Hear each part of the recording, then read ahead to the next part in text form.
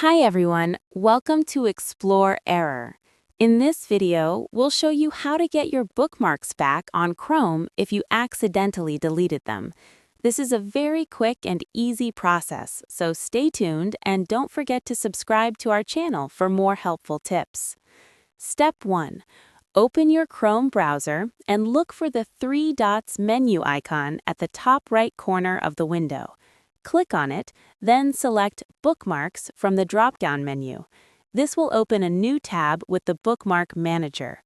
Step 2.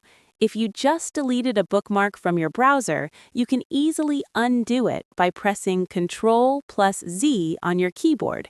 You'll see the bookmark appear again in your list. Step 3. If you deleted a bookmark while using the Bookmark Manager, you'll see a small message at the bottom of the screen that says Bookmark Deleted with an Undo button next to it. Simply click on the Undo button and your bookmark will be restored. And that's it. Thanks for watching, and see you in the next video.